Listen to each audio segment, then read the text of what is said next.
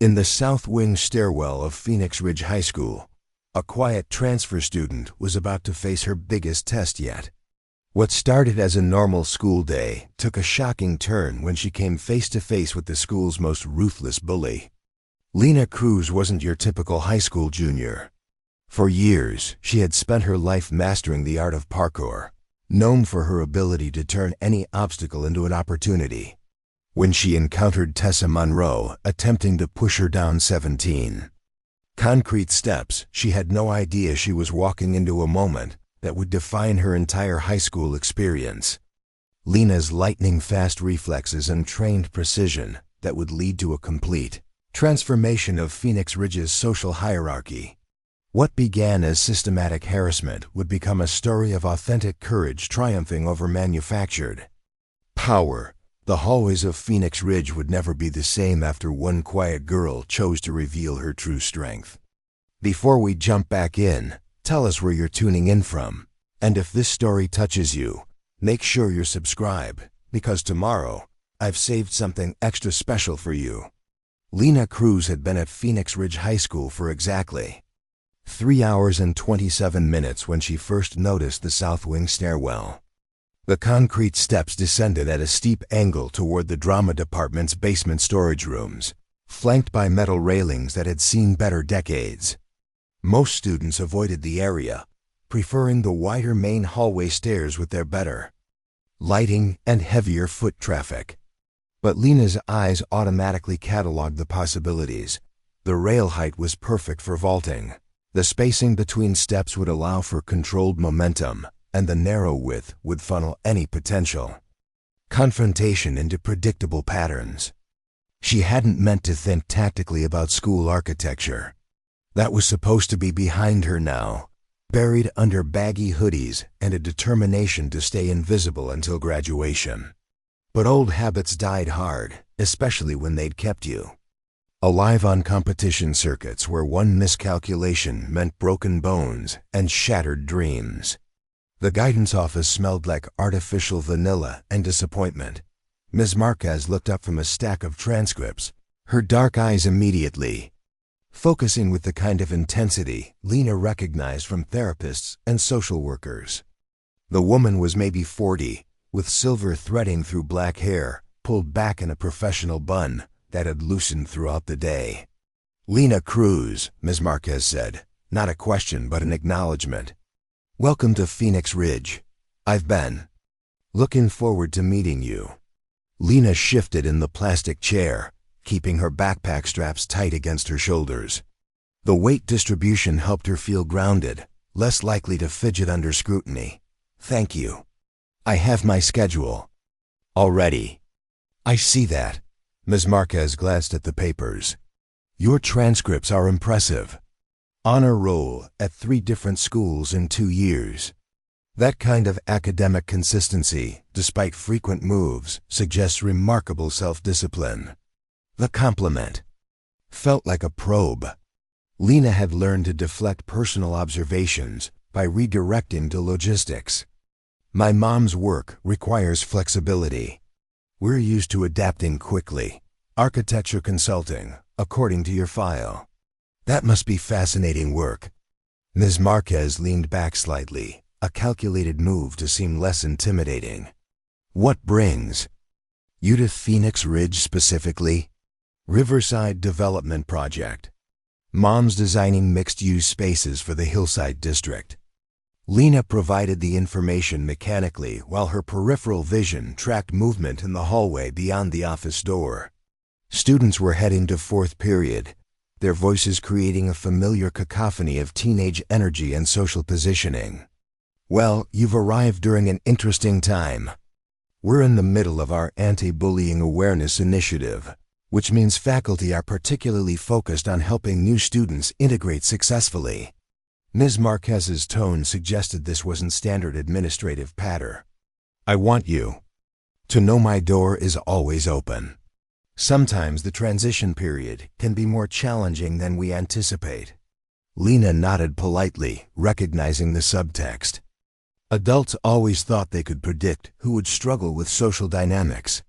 They looked at her quiet demeanor and modest clothes and assumed vulnerability. They couldn't see the rope burn scars hidden under her sleeves or the precise way she controlled her breathing to project calm confidence. "I appreciate that. I'm sure I'll be fine." The warning bell rang, echoing through the hallways with institutional authority. Ms. Marquez handed Lena a campus map with the quickest routes to her classes highlighted in yellow marker. What the counselor didn't know was that Lena had already memorized those routes, plus 3 alternates for each, during her morning orientation walk. A P chemistry occupied the 3rd floor of the science wing, accessible via 2 staircases and 1 seldom-used fire escape that connected to the 2nd floor. Balcony. Lena chose the eastern stairwell, where foot traffic was lighter and she could observe without being observed. Halfway up, she encountered her first real test. 3 girls were descending in formation, their timing and positioning suggesting practice social choreography. The blonde in the center moved with the kind of confident entitlement that came from never doubting her place in any hierarchy.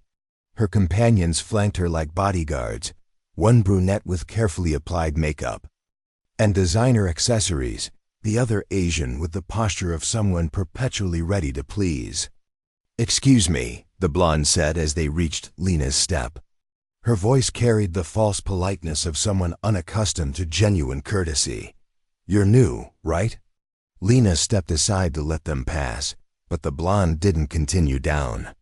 Instead, she studied Lena with predatory interest, taking in the oversized hoodie, worn jeans, and practical sneakers.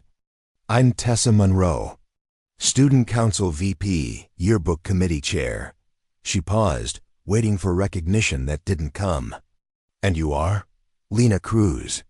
"Well, Lena Cruz, welcome to Phoenix Ridge." Tessa's smile was sharp around the edges. "Love your aesthetic, very authentic thrift store chic." The brunette giggled softly. The Asian girl looked uncomfortable but said nothing. Lena recognized the social territory being marked.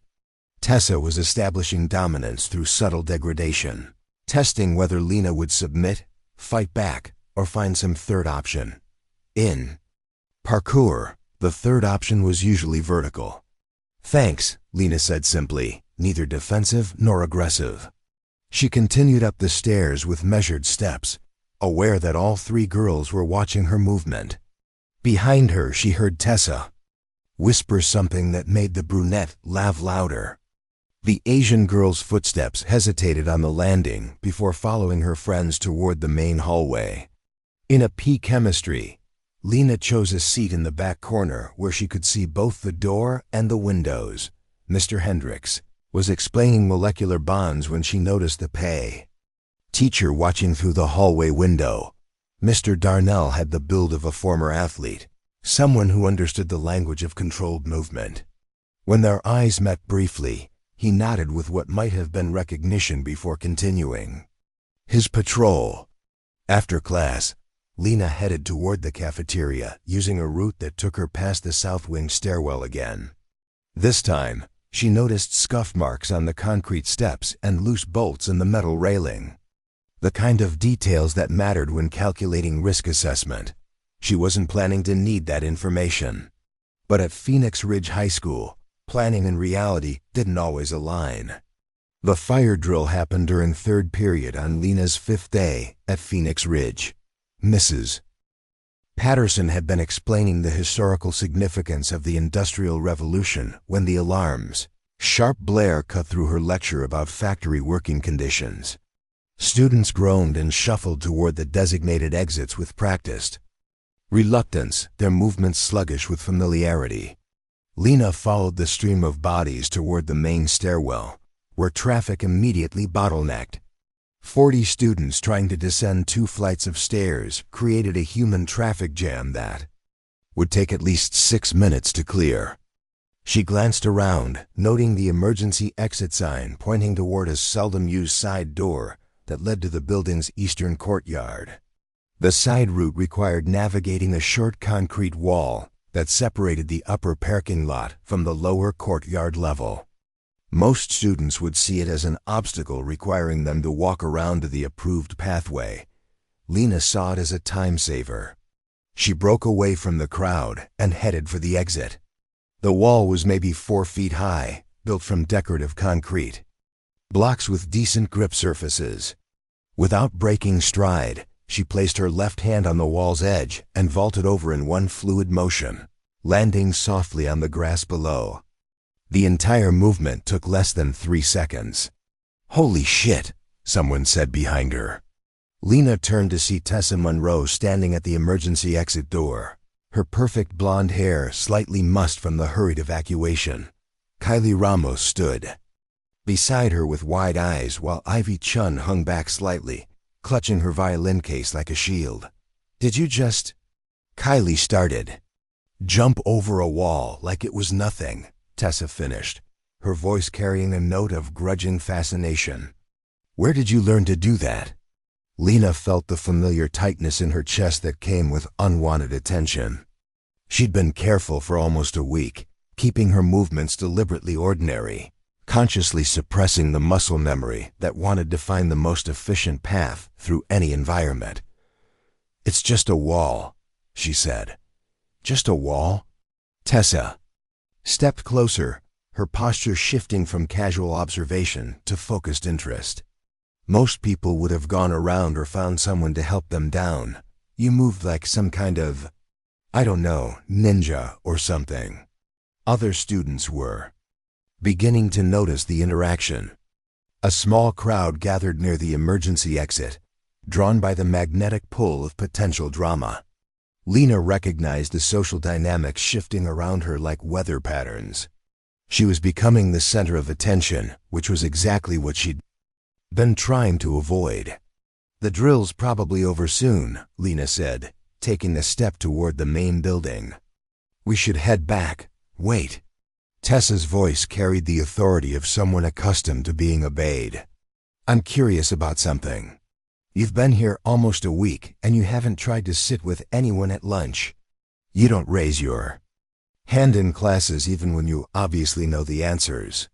You wear clothes that are like aggressively unremarkable." She paused, studying Lena's face for reactions. "But then you do something like that wall thing and suddenly you're interesting." Kylie nodded eagerly, always ready to amplify Tessa's observations. "It's like you're hiding something." Ivy shifted uncomfortably, her grip tightening on the violin case. "Maybe she just likes privacy," she said quietly. Tessa shot Ivy a sharp look that clearly communicated displeasure with the interruption. "I wasn't talking to you, Ivy." She turned back to Lena with renewed focus. "The thing is, Lena, Phoenix Ridge has a pretty established social ecosystem. People know where they fit, what their role is, who they associate with. But you're like this question mark walking around, not participating in any of it." The all-clear bell rang, its electronic tone echoing across the courtyard. Students began moving back toward the building entrances, their voices rising with the relief of returning to routine. But Tessa made no move to leave. "That's not necessarily a bad thing," she continued. "I mean, independence can be attractive, but it can also be disruptive. When someone refuses to play by the established rules, it makes other people uncomfortable." Lena understood what was happening. This wasn't casual conversation or even friendly curiosity. This was a recruitment attempt disguised as social analysis. Tessa was offering her a choice: join the hierarchy or be positioned as opposition to it. "I'm not trying to disrupt anything," Lena said. "I'm just trying to get through the semester." "See, that's what I mean though." Tessa's smile became more pronounced but colder. "That attitude right there. Like you're above all this, like high school social dynamics are beneath you somehow. It comes across as kind of judgmental." Kylie nodded again, her loyalty manifesting as reflexive agreement. "Yeah, like you think you're better than us. I don't think that. But you act like it."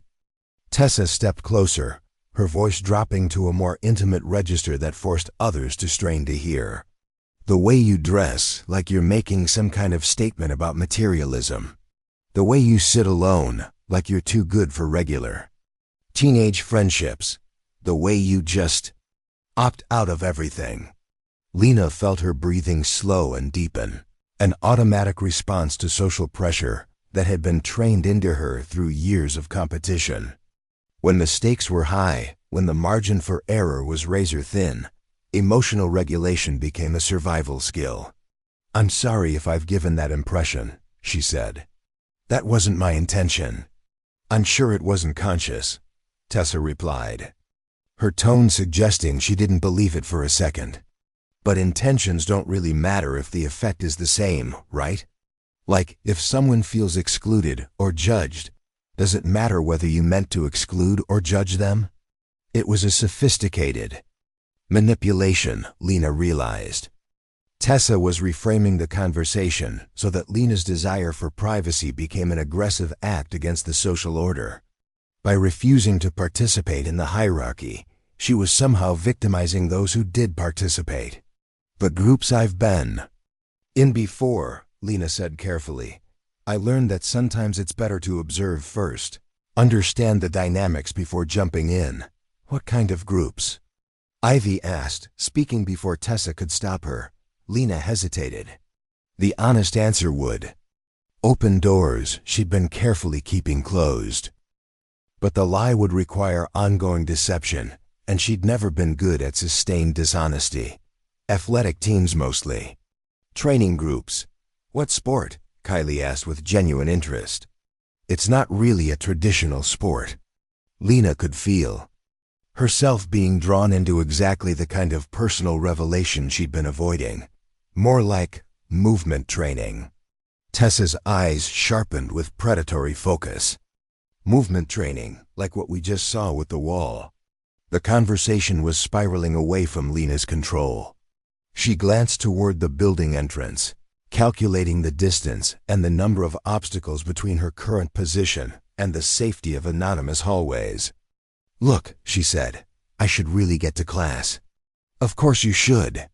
Tessa's smile was bright and sharp as broken glass. "Wouldn't want to be late on account of socializing with us regular people."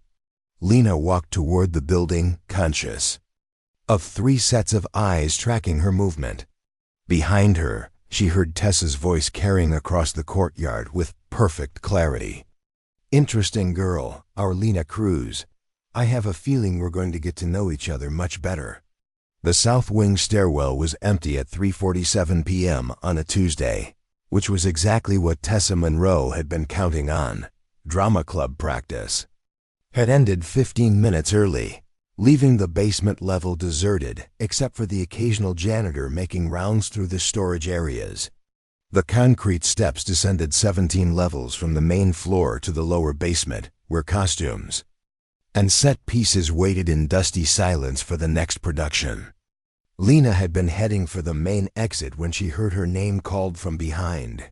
She turned to see Tessa, Kylie, and Ivy approaching with the kind of casual determination that suggested premeditation. 3 weeks had passed since the fire. Drill conversation, 3 weeks of escalating social pressure disguised as friendly interest. "Lena," Tessa called again, her voice echoing in the narrow stairwell. "Perfect timing. We've been looking for you." Lena stopped on the landing, automatically, assessing the space around her. The stairwell was maybe 6 feet wide, with concrete walls on both sides and metal railings that showed rust spots where the paint had chipped away. Emergency lighting cast harsh shadows that created blind spots near the bottom of the stairs. No security cameras visible, which meant no witnesses to whatever Tessa had planned. "Looking for me?" Lena kept her voice neutral, her weight evenly distributed on both feet. "We need to talk." Tessa moved closer, forcing Lena to step back toward the edge of the top step. "About your attitude problem." Kylie flanked Tessa's left side, her usual eager smile replaced by something harder. Ivy hung back near the doorway, clutching her violin case with white knuckles. Her eyes kept darting between Tessa and the exit, as if calculating her own escape routes. "What attitude problem?" Lena asked. "The one where you think you're better than everyone else," Kylie said, her voice carrying a rehearsed quality that suggested this confrontation had been planned in advance. "Walking around like you're too cool to talk to people, too special to participate in normal school activities."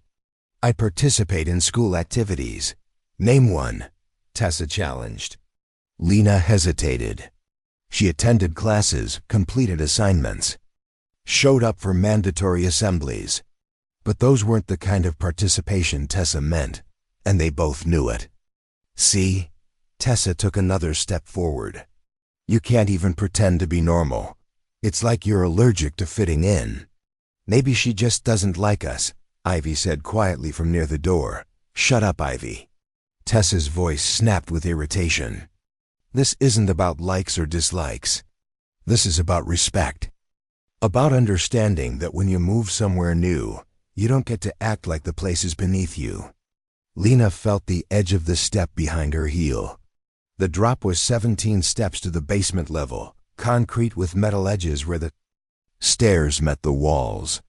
A fall from this height could cause serious injury, especially at the wrong angle. "I've never said this place was beneath me. You don't have to say it." Tessa's voice was rising, her carefully maintained composure beginning to crack. "It's in everything you do. The way you dress like you're making some kind of statement about how shallow the rest of us are. The way you sit alone at lunch like you're too good for regular friendships. The way you just dismiss everything that matters to other people." Kylie nodded vigorously. "Like when we invited you to sit with us last week, and you acted like we were asking you to join a cult or something. I thanked you for the invitation and said I preferred to eat quietly." "Exactly." Tessa's eyes blazed with righteous anger. "Like we were too loud for your refined sensibilities. Like our conversation was too stupid for your superior intellect." Lena recognized the escalation pattern. Tessa had been building toward this confrontation for weeks, collecting perceived slights and social rejections into a narrative of personal offense. Every polite deflection had been reframed as arrogant dismissal. Every attempt at privacy had become evidence of condescension. "I'm sorry if I gave that impression," Lena said, the same words she'd used during the fire drill encounter. "That wasn't my intention." "There you go with the intentions again," Tessa said. "Like your intentions matter more than how you make other people feel." She moved closer, forcing Lena to step back again. Now there was only air behind her, 17 steps of concrete and metal waiting below. "The thing is, Lena, Phoenix Ridge has rules. Unwritten rules about how people treat each other, about respect and courtesy and basic social interaction. And you've been breaking those rules since the day you got here." "What rules?" "The rule that says when someone tries to be friendly, you respond with actual friendliness instead of polite dismissal. The rule that says you don't get to judge other people's interests just because you think you're more intellectual. The rule that says you participate in the community instead of floating above it like some kind of freak," Kylie supplied helpfully. "Yeah, freak." Tessa's smile was razor-sharp now, all pretense of reasonable discussion abandoned. "So here's what's going to happen. You're going to learn some respect. You're going to understand what it feels like to be dismissed and judged and treated like you don't matter." Lena's breathing slowed and deepened. Her weight shifted imperceptibly toward the balls of her feet. Her hands loosened at her sides, ready to move in whatever direction the situation demanded. "I don't want any trouble," she said. "Too late for that." Tessa raised both hands, placing them against Lena's chest. "You should have thought about trouble before you decided to act like you were too good for the rest of us." The push came, hard and sudden, designed to send Lena tumbling backward down the concrete steps. In a normal scenario, with a normal target, it would have worked perfectly. 17 steps was enough distance to cause serious injury while maintaining plausible deniability about intent. But Lena Cruz wasn't normal. and she hadn't been normal for years. As Tessa's hands made contact, Lena's body responded with trained precision. Instead of falling backward, she twisted sideways, using Tessa's forward momentum to pivot around the stair rail. Her left hand caught the metal railing, her right foot found purchase on the narrow ledge that ran along the wall, and suddenly, she was airborne. For a moment that felt frozen in time, Lena hung suspended above the stairwell, her body horizontal to the ground, supported by nothing but grip strength and momentum. Then she swung herself forward, flipped once in the air, and landed gracefully on the steps 2 levels below. The entire movement took maybe 3 seconds. When it was over, Lena stood calmly on the landing, looking up at 3 faces frozen in shock and disbelief. "Holy shit," Kylie whispered. Ivy had dropped her violin case. The sound of expensive wood hitting concrete echoed through the stairwell like a gunshot. Tessa stood at the top of the stairs, her hands still extended in pushing position, her mouth open in wordless amazement. Lena looked up at them for a long moment, her expression completely calm. Then she turned and walked down the remaining steps toward the basement exit, her footsteps echoing in the silence like a countdown.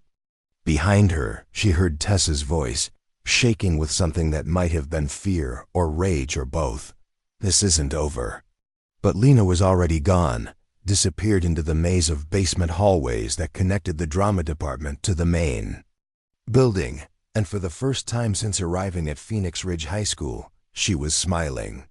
The rumors started before first period the next morning. By the time Lena reached her locker, half the school had heard some version of what happened. In the South Wing stairwell. The details varied wildly depending on the source, but the core elements remained consistent. Tessa Monroe had tried to push the new girl down the stairs, and somehow the new girl had ended up walking away unharmed. "I heard she did like a backflip." "Off the wall," whispered a sophomore near the water fountain. "My cousin said she grabbed the ceiling and swung like Spider-Man," added another voice from the crowd gathering around Lena's locker. Tessa's saying it never happened, that Lena just slipped and caught herself.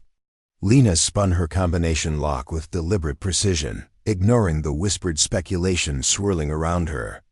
The attention felt like static electricity, making her skin crawl with the urge to find somewhere quiet and dark to disappear. But she'd learned long ago that running from rumors only made them grow stronger. Her first class was a P literature with Mrs. Henderson, where Tessa sat 3 rows ahead with her perfect posture and carefully styled hair. When Lena entered the room, conversations died like someone had flipped a switch. Every eye tracked her movement to her usual seat in the back corner. Tessa didn't turn around. She sat rigidly straight, her pen tapping against her desk in an irregular rhythm that suggested barely controlled agitation. Kylie kept shooting glances between Tessa and Lena, her usual confident smirk replaced by something approaching nervousness. Ivy stared determinedly at her notebook, as if the world's most fascinating literature analysis was hidden in its blank pages. Mrs. Henderson cleared her throat and began discussing the symbolism in the crucible, but the classroom energy remained charged with unspoken tension.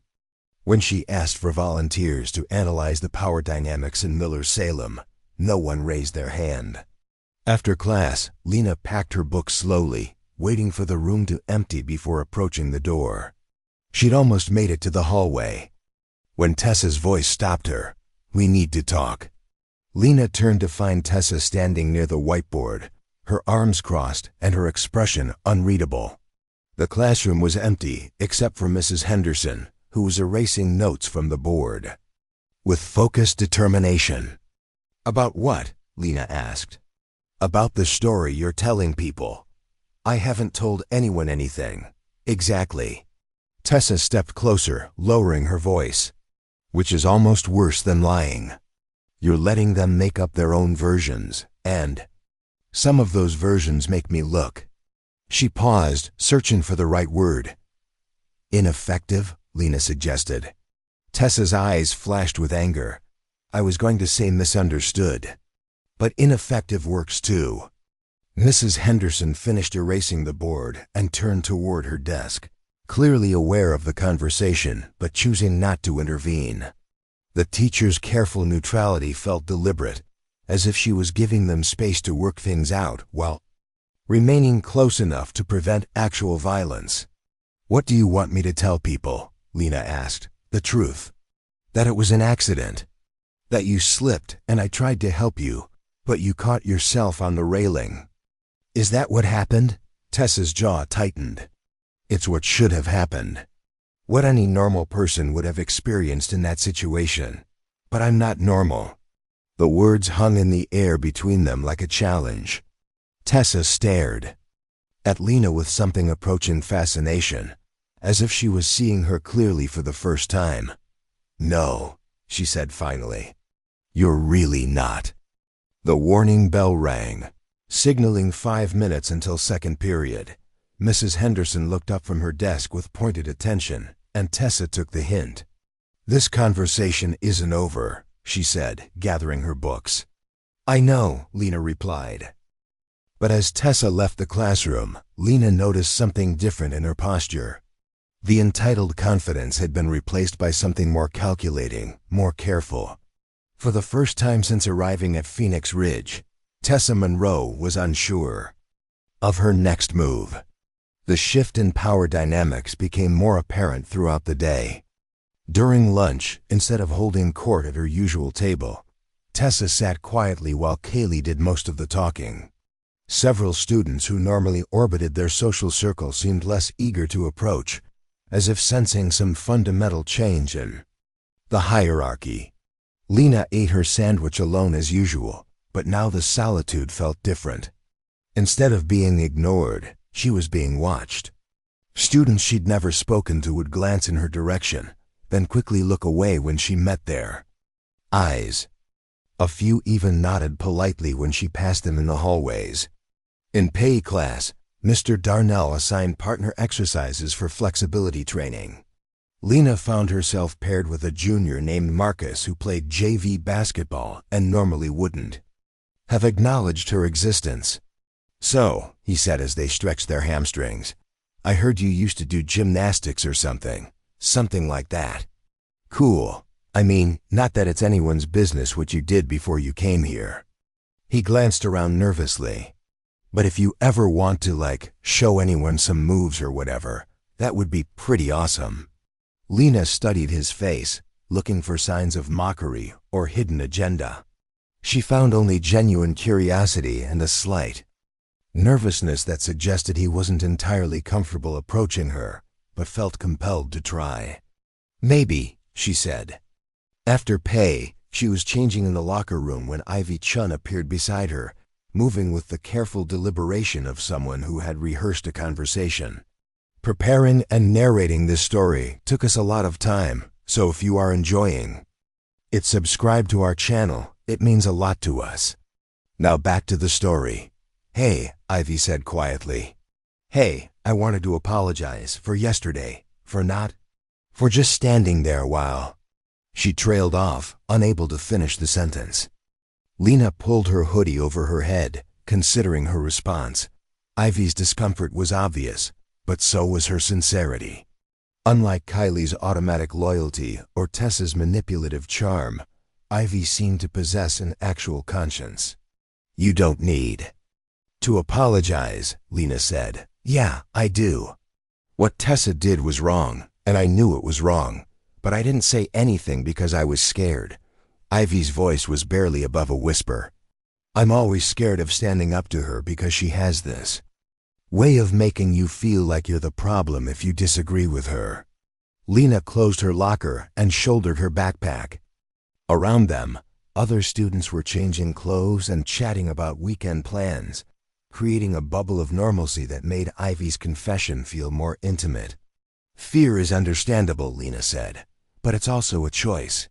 "I know, that's what makes it worse." Ivy clutched her violin case against her chest like armor. "I keep thinking about what could have happened if you hadn't been able to do whatever you did. And I keep thinking about how I would have felt knowing I just watched it happen." They walked toward the exit together, an unlikely pair that drew curious glances from other students.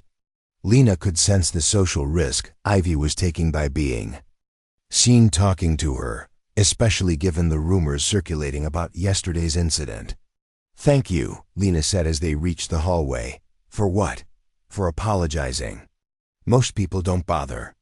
Ivy smiled for the first time since Lena had known her, a genuine expression that transformed her entire face. "Most people don't flip over stair railings either, so I guess we're both pretty unusual." As they parted ways, Lena realized something had shifted in the ecosystem of Phoenix Ridge High School.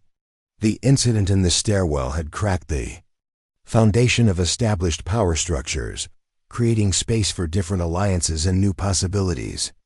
But she also understood that Tessa Monroe wasn't the type of person who accepted defeat gracefully.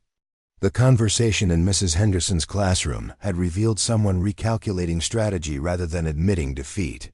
The silence Lena had maintained about the incident was indeed a form of power, but it was also a form of vulnerability. By refusing to control the narrative, she'd left room for others to shape it according to their own agendas. And in the complex social battlefield of high school, narrative control was everything. The vandalism started small. On Thursday morning, Lena discovered her locker decorated with stickers that looked professional enough to seem official at first glance. "Stunt Freak" was printed in bold red letters across a background of cartoon figures falling down stairs. "Wall Rat" appeared on another sticker featuring a girl with exaggerated athletic clothes scaling a fence. The placement was strategic. High enough to be visible to passing students, low enough that Lena would have to see them every time she accessed her books.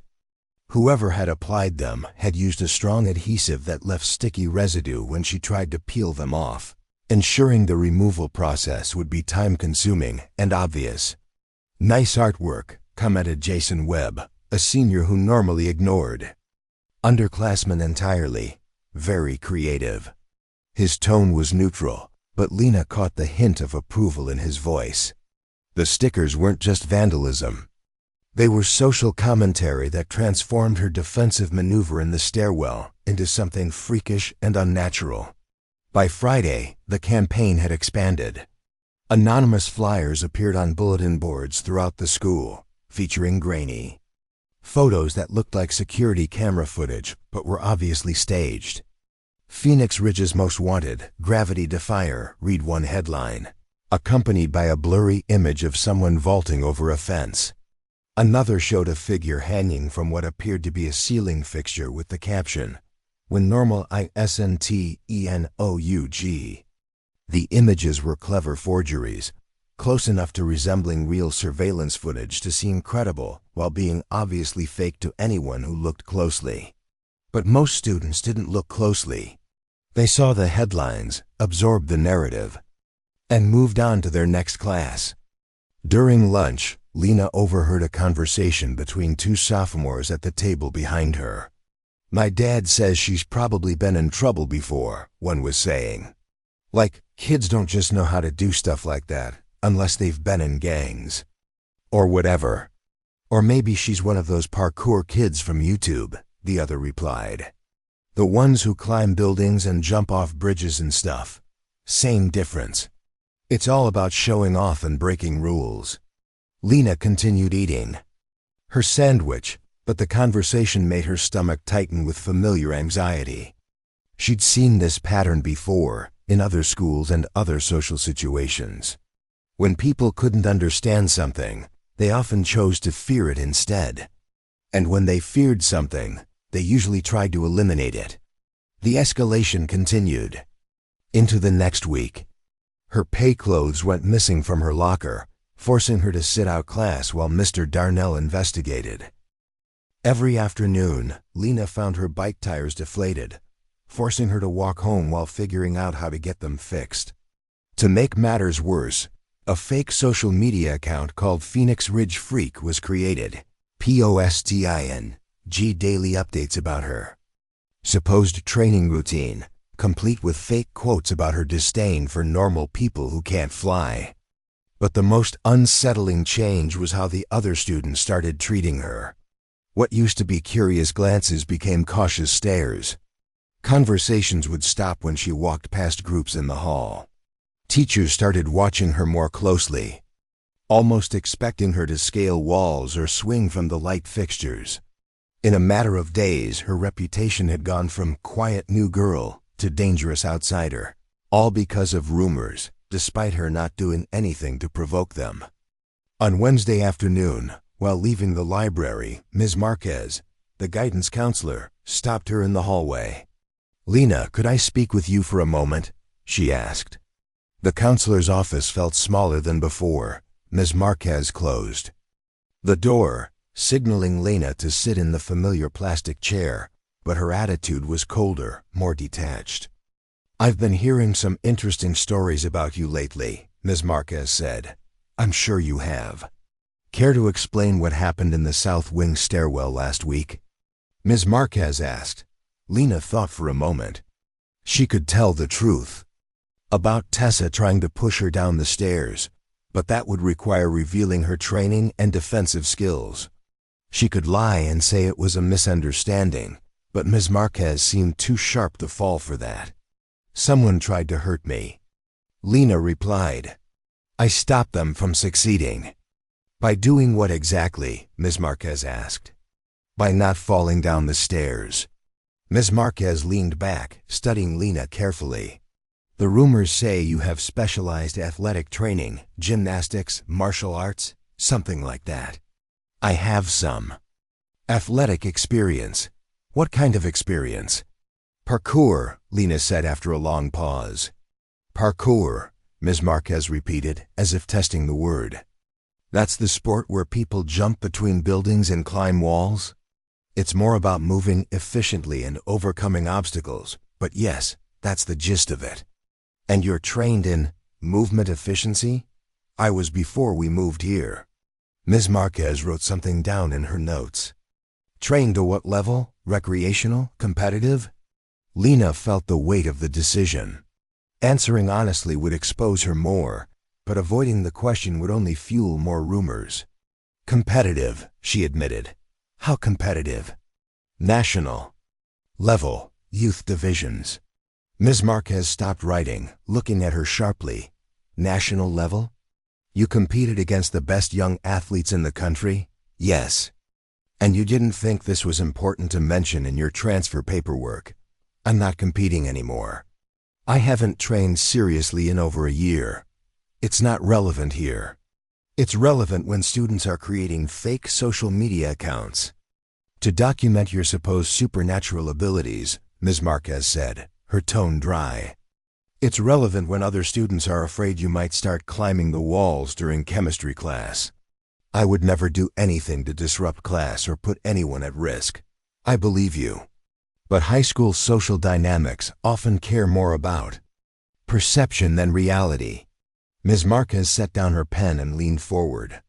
"The real question is, what are we going to do about this?" "What do you mean?" Lena asked. "I mean you're being systematically harassed by someone with significant social power in this school. The vandalism, fake social media accounts, and rumors designed to paint you as dangerous or unstable. This isn't just normal teenage behavior. It's a coordinated campaign." Lena felt a shift in her chest, a release of tension she hadn't realized she was holding. For the first time since arriving at Phoenix Ridge, an adult was acknowledging the situation instead of brushing it off as normal. What if someone had proof? She asked. "Proof of what?" "Proof of the harassment. Proof of the coordination. Proof that it all started with someone trying to physically hurt me." Ms. Marquez studied her carefully. "That would depend on the nature of the proof and the people involved." "Why? Do you have something?" Lena shook her head. "Not yet. But I'm starting to think maybe I should." The computer lab stayed open until 5 p.m. on weekdays for students working on research projects or making up assignments. By 4:30, the room was usually empty except for the occasional straggler trying to finish a last-minute essay. Lena had been using the late hours to work on her AP history paper about social power structures, a topic that had taken on new personal relevance over the past 2 weeks. She was alone in the lab when the door opened at 4:47 p.m. Tessa Monroe entered with the kind of confident stride that suggested she owned every space she occupied. She looked around the empty room, noted the single security camera in the far corner that had been broken since the beginning of the semester, and smiled with satisfaction. "Working hard, I see," Tessa said, letting the door close behind her. Lena saved her document and turned in her chair. "The lab closes in 30 minutes. Plenty of time for what I need to say." Tessa walked toward Lena's workstation, her heels clicking against the linoleum floor with military precision. "We need to discuss your problem." "My problem?" "Your inability to understand social consequences." Tessa stopped directly in front of Lena's desk, close enough that her expensive perfume created a cloud of artificial flowers and chemical sweetness. "You seem to think that embarrassing me in front of half the school was some kind of victory. But what you don't understand is that actions have reactions." Lena remained seated, but her posture shifted imperceptibly. Her weight moved toward the balls of her feet. Her hands relaxed on the desk surface, ready to move in whatever direction the situation demanded. "I didn't try to embarrass you," she said. "You humiliated me." Tessa's voice carried the sharp edge of someone unaccustomed to having their authority questioned. "You made me look weak and stupid in front of people whose respect I've spent years earning. I made you look like someone who tried to push another person down a flight of stairs. That's not what happened." "Then what did happen?" Tessa's composure cracked slightly, revealing the anger she'd been carefully controlling. "What happened was an accident that you turned into some kind of circus performance to make yourself seem special." "An accident?" "I was trying to help you with your balance, and you overreacted with some kind of gymnastic show-off move that could have gotten both of us hurt." Lena stood slowly, her movement controlled and deliberate. Tessa took a half-step backward before catching herself and holding her ground. "That's an interesting version of events," Lena said. "It's the version that matters. The version that people are going to believe when I'm done explaining what really happened." "And what's the explanation for the harassment campaign?" "The vandalism, the fake social media accounts, the systematic effort to make other students afraid of me." Tessa's eyes widened slightly. "I don't know what you're talking about." "Of course you don't." Lena moved around the desk, forcing Tessa to turn to keep facing her. "Just like you don't know who's been deflating my bike tires or stealing my pay clothes or creating flyers that make me look like some kind of dangerous criminal. Maybe people are just responding to your behavior naturally. Maybe when someone acts like a freak, other people notice. Or maybe someone with social influence has been working very hard to make sure people see me as a threat that needs to be eliminated." Tessa laughed, but the sound was forced and brittle. "You're paranoid. Just because you're unpopular doesn't mean there's some conspiracy against you." Lena took another step forward. Tessa's back was now against one of the computer workstations, limiting her options for retreat. "Here's what I think happened," Lena said, her voice calm and steady. "I think you tried to seriously hurt me because you saw my presence here as a challenge to your social control. When that failed, you decided to destroy my reputation instead. You've been running a systematic campaign to make me seem dangerous and unstable so that eventually the administration would have no choice but to remove me from the school." "That's..." Tessa started, then stopped. Her face had gone pale beneath her carefully applied makeup. "That's exactly what happened, isn't it? You can't prove anything." "I don't need to prove anything. I just need to defend myself." Lena moved again, this time vaulting smoothly over the desk that separated them. The movement was fluid and controlled, designed more for psychological impact than physical necessity. She landed silently on the other side, now directly in front of Tessa with no barriers between them. Tessa's eyes went wide with something that might have been fear or fascination or both. What are you doing? Showing you what I'm capable of when someone tries to hurt me. Lena's voice remained perfectly calm. You wanted to know about my training? About why I didn't fall down those stairs when you pushed me? I didn't push you. You did. And if you try to hurt me again, or if the harassment campaign continues, I'll make sure everyone at this school knows exactly what you're capable of too. Tessa pressed herself against the workstation, her confident facade completely dissolved. You're threatening me. I'm explaining consequences. The same way you've been explaining them to me for the past 2 weeks. Behind them, the computer lab door opened with a soft click. Neither girl turned to look, but Lena had heard the almost inaudible sound of a phone camera activating just before the door had opened. Is everything okay in here? A voice asked. Lena turned to see Ivy Chun standing in the doorway, her violin case in one hand and her phone in the other. Her expression was carefully neutral, but her eyes held a sharpness that suggested she'd been listening to more of the conversation than she was admitting. Everything's fine, Tessa said quickly, her voice shaking slightly. We were just talking. It sounded like more than talking, Ivy said. She stepped into the room, letting the door close behind her. It sounded like someone was explaining consequences. Lena looked at Ivy's phone, noting the way the girl was holding it and the red recording indicator barely visible on the screen. Their eyes met for a moment, and something passed between them that felt like understanding. I think we're done here, Lena said, stepping back and giving Tessa room to move away from the workstation. Tessa straightened her clothes and tried to reassemble her composure, but her hands were shaking and her face remained pale. This isn't over, she said, echoing her words from the stairwell. Yes, Lena replied quietly, it is. Tessa left the computer lab without looking back, her confident stride reduced to something closer to a hurried retreat. Ivy watched her go, then turned to Lena with an expression of nervous excitement. Did you know I was there? She asked. I heard the door open. And you kept talking anyway?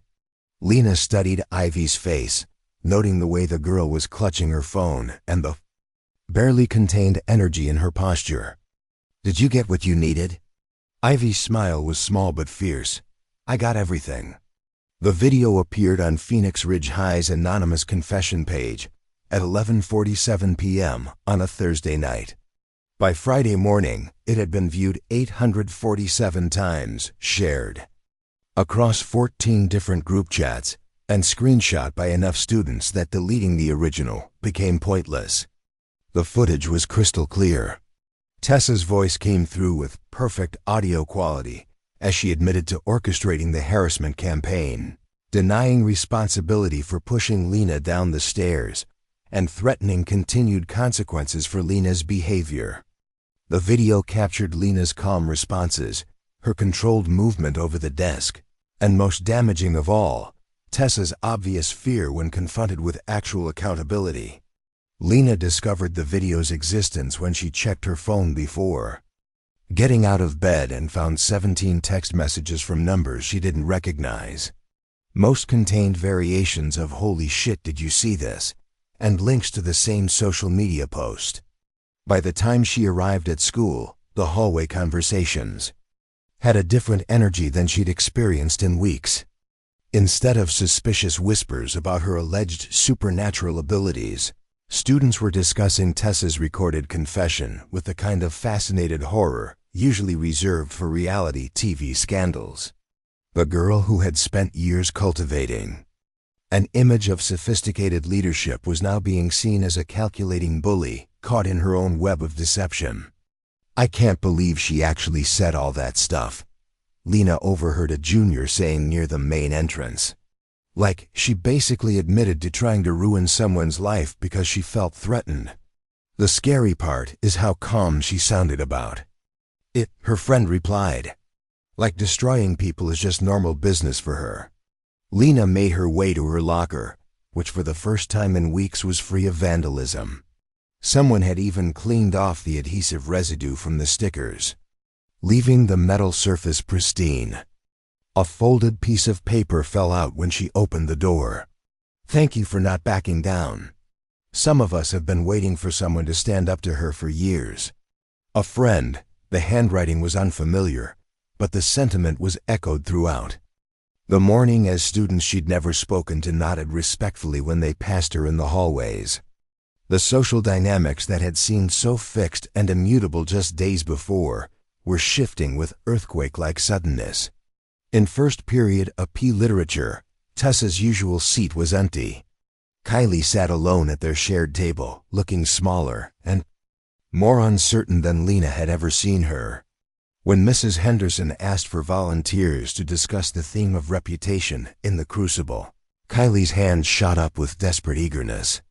"I think Miller was trying to show how easy it is for people to believe lies about someone if the lies confirm what they already want to think," Kylie said, her voice carrying a note of personal urgency.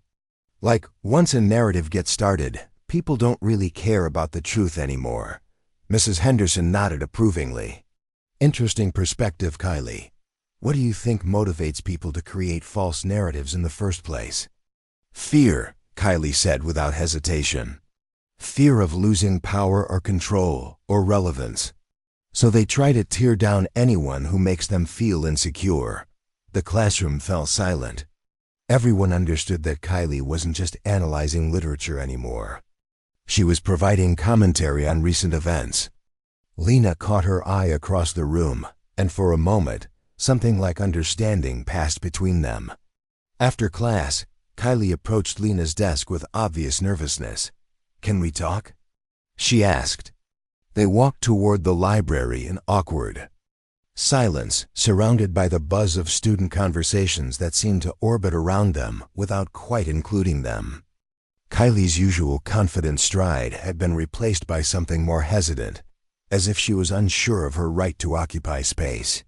"I need to apologize," Kylie said when they found a quiet corner near the reference section, "for everything. For going along with Tessa's campaign against you, for participating in the harassment, for being too much of a coward to speak up when I knew what we were doing was wrong." Lena studied Kylie's face, looking for signs of manipulation or strategic positioning. She found only genuine regret and something that looked like relief at finally being able to speak honestly. "Why are you apologizing now?" Lena asked. "Because I watched that video and I saw what Tessa really thinks of people, including me." Kylie's voice was quiet but steady. "She didn't just throw you under the bus. She threw all of us under the bus. The way she talked about controlling people's perceptions, about systematically destroying someone's reputation. It made me realize that I was never her friend. I was just another tool she used to maintain power." That must be a difficult realization. It is, but it's also kind of liberating. Kylie managed a weak smile. "I've spent 3 years being terrified of disappointing her, of saying the wrong thing or not being loyal enough. And now I realize that none of that loyalty was ever going to protect me if she decided I was a threat." They sat in silence for a moment, surrounded by the institutional quiet of the library and the distant sound of students researching projects and checking out books. The normalcy of the environment made their conversation feel both more intimate and more surreal. "What are you going to do now?" Lena asked. "I don't know. Start over, I guess. Try to figure out who I am when I'm not just echoing someone else's opinions."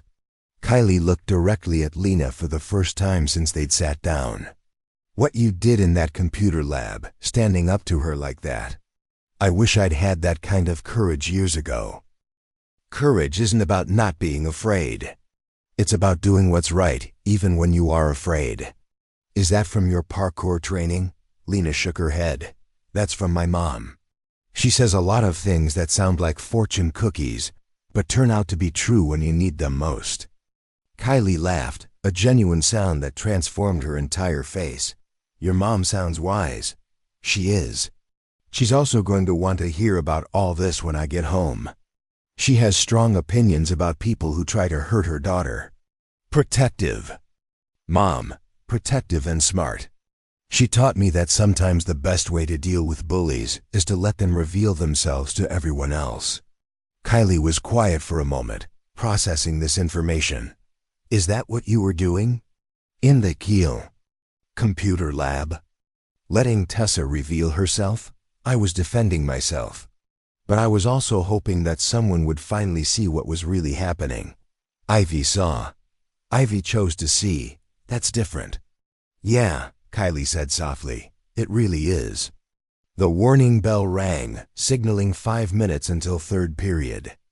As they gathered their books and prepared to return to the hallway ecosystem that had been forever altered by 30 seconds of recorded conversation, Kylie spoke again. For what it's worth, I'm glad you came to Phoenix Ridge, not because of what happened to Tessa, but because you showed the rest of us that we didn't have to accept the way things were, that we could choose to be better. Lena shouldered her backpack and stood. Everyone can choose to be better, Kylie. The hard part is deciding to actually do it. As they walked back toward the main hallway, Lena reflected on how radically the social landscape had shifted in less than 24 hours. The video hadn't just exposed Tessa's behavior. It had revealed the underlying systems of fear and manipulation that had allowed that behavior to flourish unchallenged. But she also understood that real change would take more than one recorded conversation. The patterns of power and submission that had dominated Phoenix Ridge High School for years wouldn't disappear overnight. They would require sustained effort from people who were willing to choose courage over comfort, truth over convenience. And for the first time since arriving at Phoenix Ridge, Lena felt like she might not have to make those choices alone. The announcement came during fourth period on Monday morning, crackling through the school's aging PA system with the authority of administrative decree. All students report to the main auditorium for a special assembly regarding school climate and community standards. Teachers, please escort your classes in an orderly fashion. Lena had been expecting this moment since Ms. Marquez called her into the office Friday afternoon with a request that felt more like a gentle ultimatum. The administration wants to address the recent social media incident, the counselor had explained. They think it would be beneficial for students to hear from someone who's experienced both sides of the bullying dynamic. Someone who can speak about resilience and standing up for yourself without resorting to revenge. You want me to talk about what happened. I want you to talk about whatever you think other students need to hear. You have a unique perspective on power dynamics and personal strength that could help kids who are struggling with similar situations. Now sitting in the front row of the auditorium with her palms slightly damp and her heart beating faster than usual, Lena wondered if she'd made the right choice. The auditorium held 800 students, and every seat was filled with teenagers who had spent the past 4 days dissecting every detail of her conflict with Tessa Monroe. Principal Matthews stood at the podium with the kind of forced enthusiasm that characterized most mandatory school assemblies. Today we're going to discuss something that affects all of us, the power of words, actions, and choices in creating the kind of school community we want to be part of. His speech covered the usual territory of anti-bullying initiatives, respect for differences, and the importance of speaking up when witnessing harmful behavior. But Lena could sense the restless energy in the audience, the way students shifted in their seats and exchanged meaningful glances. They weren't here for a standard lecture about kindness and inclusion. They were here because one of their peers had been caught on video, revealing the calculated cruelty that most of them had witnessed but never acknowledged openly. Now, Principal Matthews continued, we're going to hear from someone who can speak to these issues from personal experience. Lena Cruz transferred to our school this semester, and she's agreed to share some thoughts about resilience, self-advocacy, and the importance of standing up for yourself and others. The applause was polite but genuine as Lena walked to the podium. She adjusted the microphone height and looked out at 800 faces, some curious, some supportive, some skeptical. In the middle section, she spotted Ivy Chen sitting with members of the orchestra, her expression encouraging. Kylie Ramos sat several rows behind Ivy, looking nervous but attentive. Tessa Monroe was nowhere to be seen. "Hi," Lena began, her voice carrying clearly through the auditorium sound system. "My name is Lena Cruz, and a month ago, I was the new girl who just wanted to get through high school without any drama." A few students chuckled, recognizing the irony. "But I learned something important during my time here. Sometimes drama finds you whether you want it or not. And when it does, you have a choice about how to respond." She paused, letting her eyes sweep across the audience. In the back rows, she saw Mr. Darnell nodding approvingly. Ms. Marquez sat in the faculty section, her expression supportive but professional. 3 weeks ago, someone tried to push me down a flight of stairs. Not because I had done anything to them, but because they saw me as a threat to their social control. They wanted to hurt me, and when that didn't work, they started a campaign to destroy my reputation and make other students afraid of me. The auditorium was completely silent now. Even the teachers had stopped their usual patrol of the aisles to listen. I could have responded with anger. I could have tried to get revenge or fought back with the same tactics that were being used against me. But instead, I chose to do something different. I chose to defend myself with truth. Lena gripped the edges of the podium, drawing strength from the solid wood beneath her hands. The video that's been circulating this week shows what happens when someone reveals their true character under pressure. But here's what I want you to understand. That video doesn't exist because I set out to embarrass or humiliate anyone. It exists because someone chose to record evidence of harassment and manipulation. She looked directly at the section where Ivy was sitting, offering a small nod of acknowledgement. We all have more power than we think we do. Not the kind of power that comes from tearing other people down, but the kind that comes from choosing courage over comfort. From speaking truth instead of staying silent. From standing up for people who can't stand up for themselves. A girl in the sophomore section raised her hand tentatively. Lena nodded for her to speak. "What if you're afraid of making things worse?" The girl asked, her voice barely audible through the microphone a student aide brought to her. "Fear is normal," Lena replied. "I was afraid too. But I realized that staying silent wasn't protecting me. It was just giving other people permission to continue harmful behavior. Sometimes making things worse in the short term is the only way to make them better in the long term." Another hand went up, this time from a junior she recognized from her pay class. "But what if you're not? I mean, what if you don't have special skills like you do? What if you're just regular?" Lena smiled. "I spent years training in parkour, which helped me defend myself physically.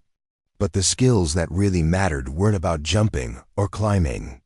They were about staying calm under pressure, thinking strategically instead of emotionally, and understanding that real strength comes from self-control, not from dominating other people. Those are skills anyone can develop. You don't need to be able to flip over stair railings to stand up for yourself or others. You just need to be willing to choose what's right over what's easy." The questions continued for another 10 minutes, covering everything from bystander intervention to dealing with authority figures who don't take bullying seriously. With each answer, Lena felt more confident in her decision to speak publicly about her experience. As the assembly concluded and students began filing out of the auditorium, several approached her directly. Some offered thanks for speaking up. Others shared their own stories of harassment or social intimidation. A few asked about parkour training, curious about the athletic discipline that had captured their imagination. But the conversation that mattered most came from Marcus, the basketball player who had been her partner during pay flexibility training. "You know what was really cool about what you set up there?" he asked as they walked toward the exit. "What?" "You didn't trash talk Tessa or try to make her look worse than she already made herself look. You just focused on what people could do better going forward. Lena considered this observation. Revenge doesn't actually solve anything. It just creates more problems. Yeah, but most people don't understand that when they're angry or hurt.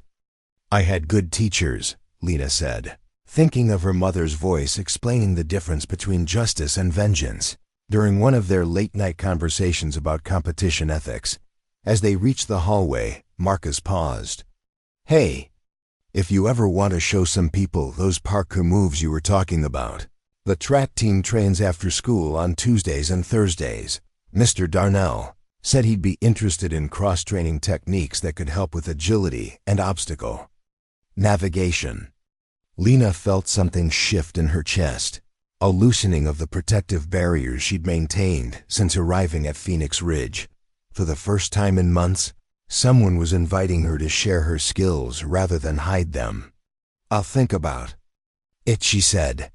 But as she walked toward her next class, surrounded by the normal chaos of students changing periods and teachers monitoring hallways, Lena realized she'd already made her decision. The girl who had spent weeks trying to stay invisible was ready to step into the light. The track team met on the field behind the main building every Tuesday and Thursday at 3:30 p.m.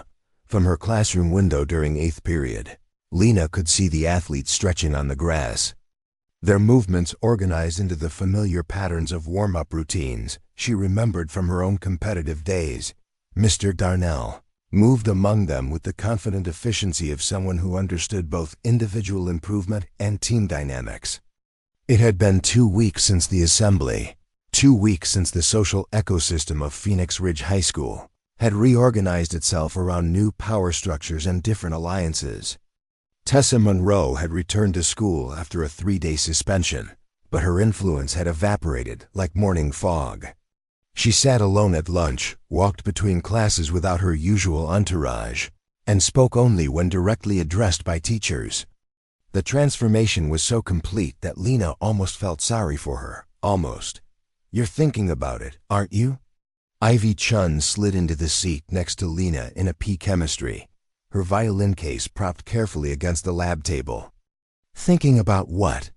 Track team, cross-training, actually using your skills instead of hiding them. Over the past 2 weeks, Ivy had become something unexpected, a friend. Not the careful, strategic alliance that Lena had formed with other students in previous schools, but genuine companionship based on mutual respect and shared values. They ate lunch together, studied in the library after school, and had developed the kind of easy conversation that felt natural rather than forced. Maybe, Lena admitted, you should do it. Not because you owe anyone anything, but because you deserve to use your talents instead of burying them.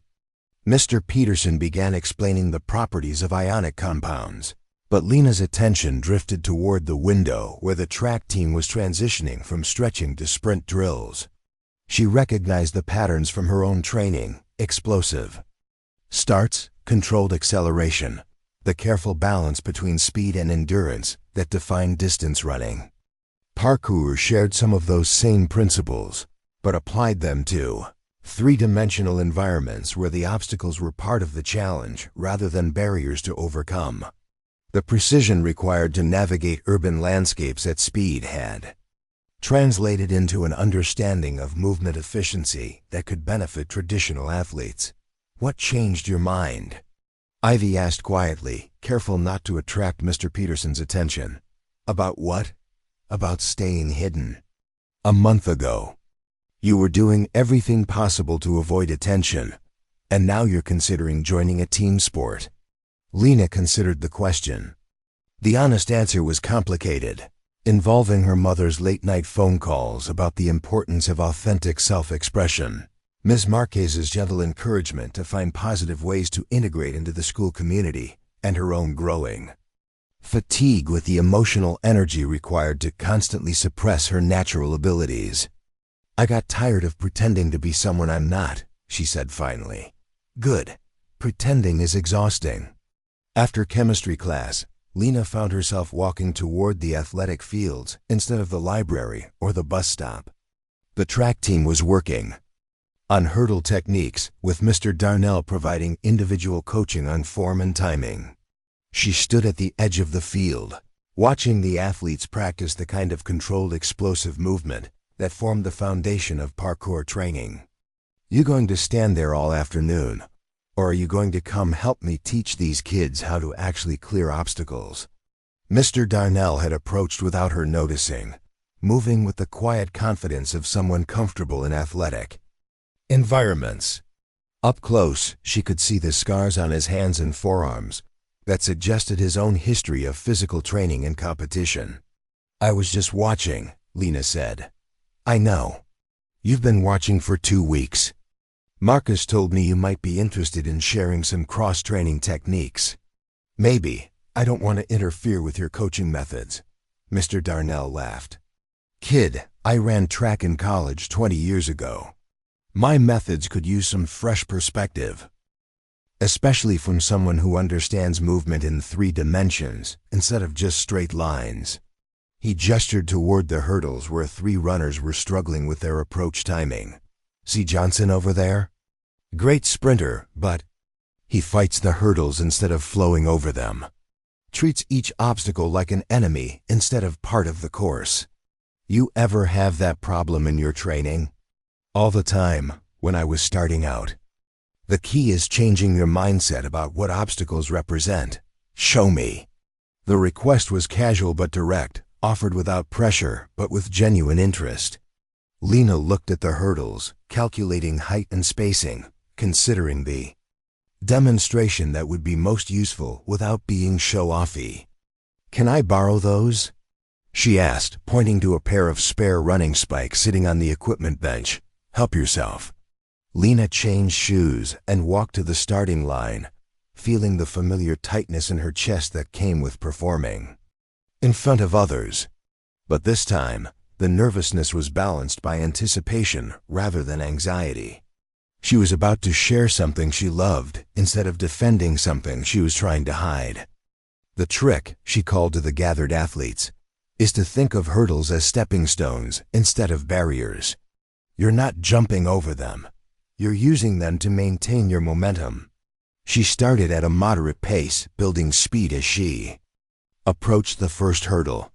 Instead of the traditional track technique of leading with one leg, she used a parkour precision jump that allowed her to clear the obstacle with both feet simultaneously, landing in perfect balance to continue toward the next hurdle. The movement was fluid and efficient, demonstrating the principle of obstacle integration rather than obstacle avoidance. She cleared all 8 hurdles without breaking stride, finishing with a controlled deceleration that brought her to a stop near the far end of the track. The silence lasted maybe 3 seconds before the applause started. "Holy shit," someone said, echoing the words that had become Lena's unofficial catchphrase at Phoenix Ridge High School. "Language, Williams," Mr. Darnell said automatically, but he was grinning. "What did you see that was different about her approach?" "She made it look easy," Marcus said. "Like the hurdles weren't even there." "She didn't fight them," added another runner. "She just flowed." "Exactly." Mr. Darnell turned to Lena with obvious satisfaction. "Think you could teach some of these concepts to athletes who are used to thinking in straight lines?" Lena looked around at the circle of faces watching her with curiosity and respect rather than fear or suspicion. For the first time since arriving at Phoenix Ridge, she felt like she was exactly where she belonged. "I'd like to try," she said.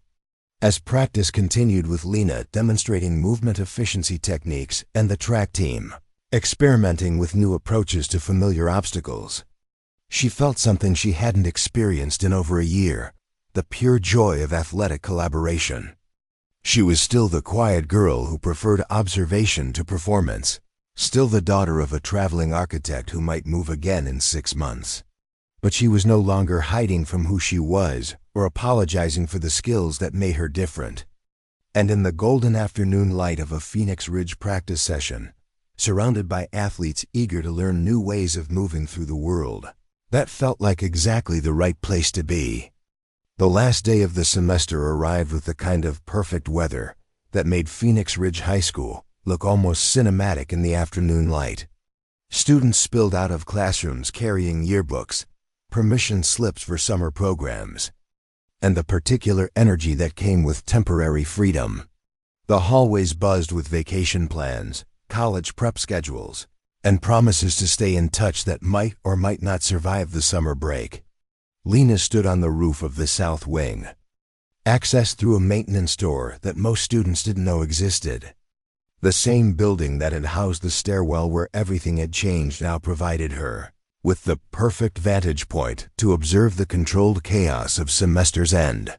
From here, she could see the entire campus spread out below her, the parking lot where parents waited in idling cars, the athletic fields where summer teams were already beginning informal practice sessions. The roof access had been her private discovery during the weeks when she'd needed quiet spaces to process the social upheaval that followed the video's release. Mr. Darnell had mentioned it casually during track practice, suggesting that sometimes athletes needed elevated perspectives to understand the full scope of their training environment. What he hadn't said, but what Lena understood, was that sometimes people needed physical height to gain emotional clarity. "I thought I might find you up here." Lena turned to see Ms. Marquez emerging from the maintenance stairwell, moving carefully across the roof's textured surface in her professional heels. The guidance counselor had traded her usual office attire for something more casual, suggesting she'd come looking for Lena specifically rather than stumbling upon her during routine end-of-semester duties. "How did you know where to look?" Lena asked. "Mr. Darnell mentioned you'd been exploring alternative study spaces, and given your particular skill set, vertical solutions seemed likely." Ms. Marquez reached the edge of the roof where Lena was sitting, her legs dangling over the side in a way that would have horrified safety administrators. "Mind if I join you?" "It's your school. Actually, it's yours too. That's something I wanted to talk to you about." Ms. Marquez settled beside Lena with careful deliberation, keeping her distance from the edge, but positioning herself for genuine conversation rather than administrative intervention. "Your mother called this morning," she began. "The Riverside Development Project is finishing ahead of schedule. Your family will be moving to Denver in 3 weeks. Lena felt something tighten in her chest, the familiar mixture of anticipated loss and practiced acceptance that came with frequent relocations.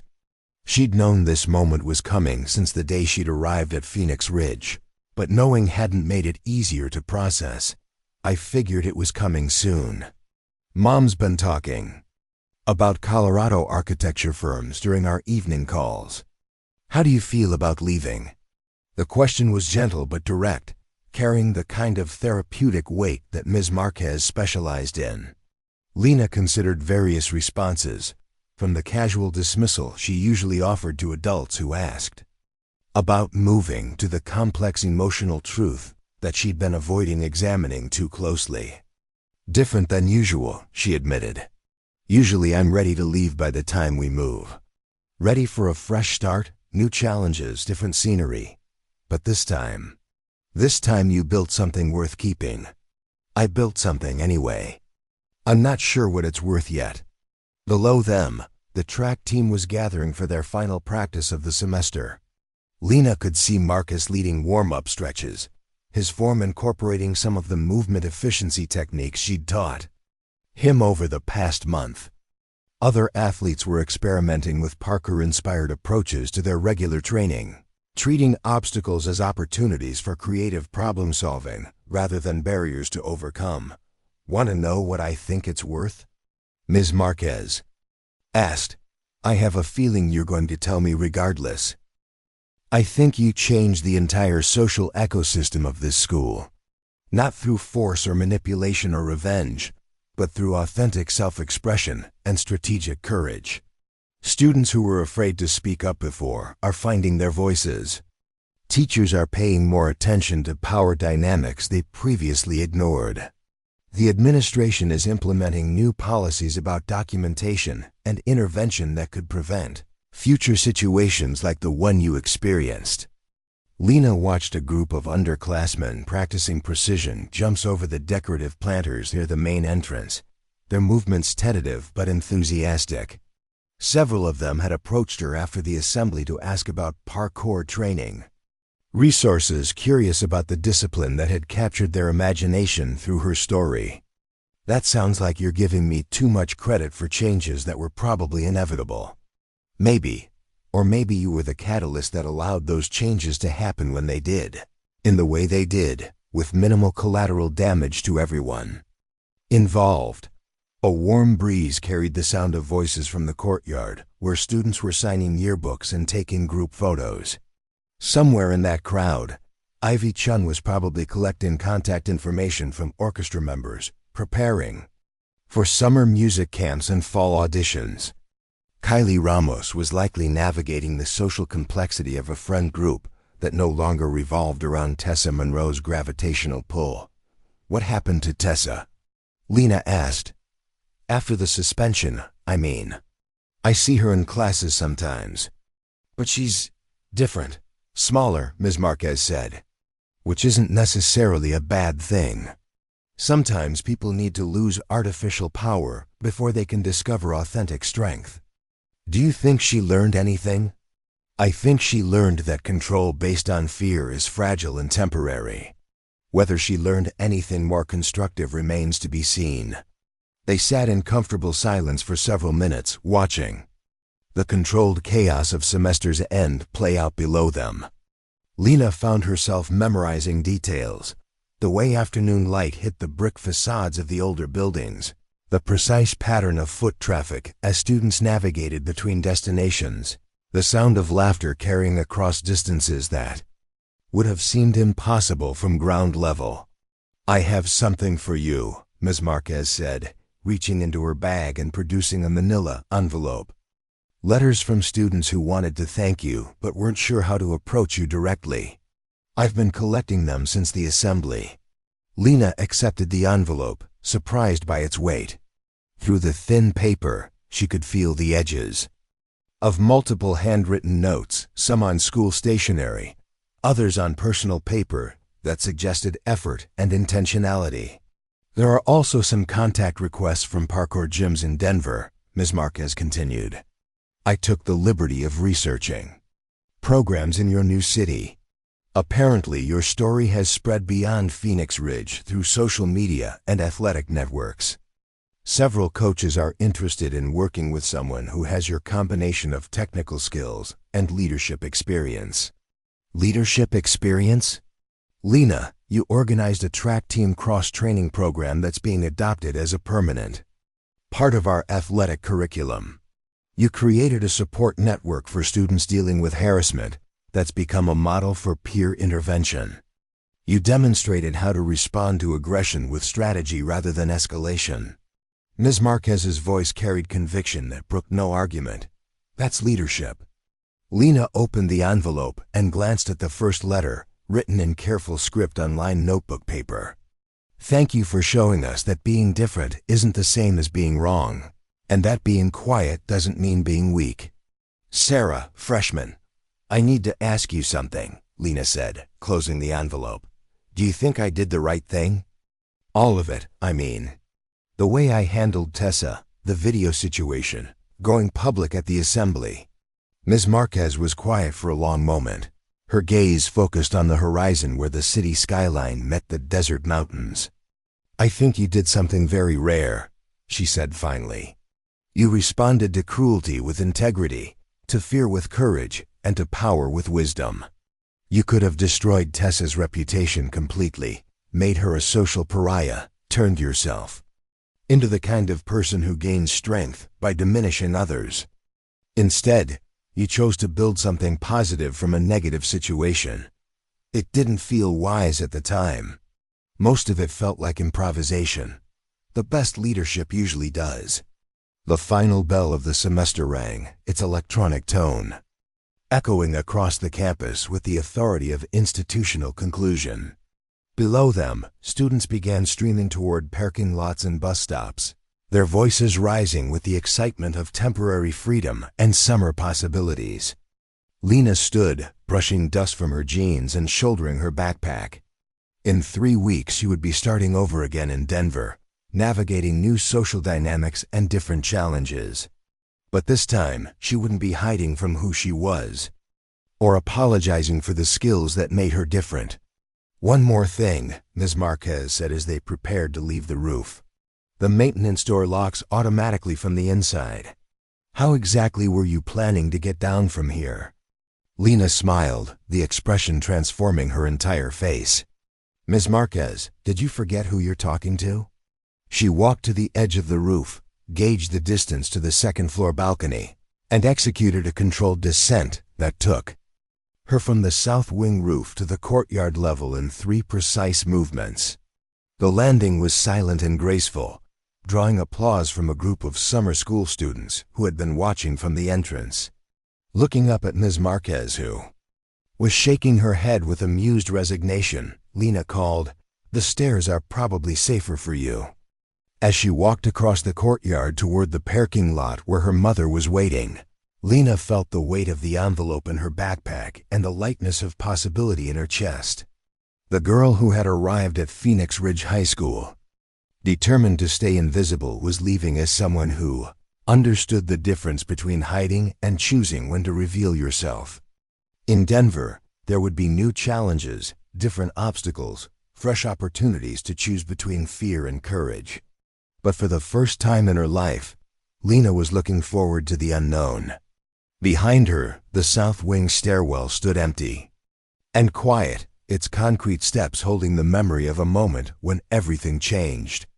Above her, the roof provided the kind of elevated perspective that reminded her why she'd fallen in love with movement in the first place, the freedom to find your own path, the control to choose your own momentum, and the power to rise above whatever tries to bring you down. Lena Cruz walked toward her next destination with the confident stride of someone who had learned to trust her own direction.